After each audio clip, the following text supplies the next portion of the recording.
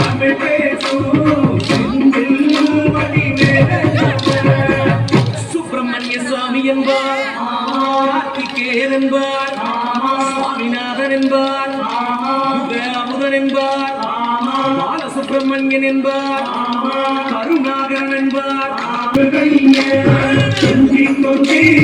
தமிழ் பேசும்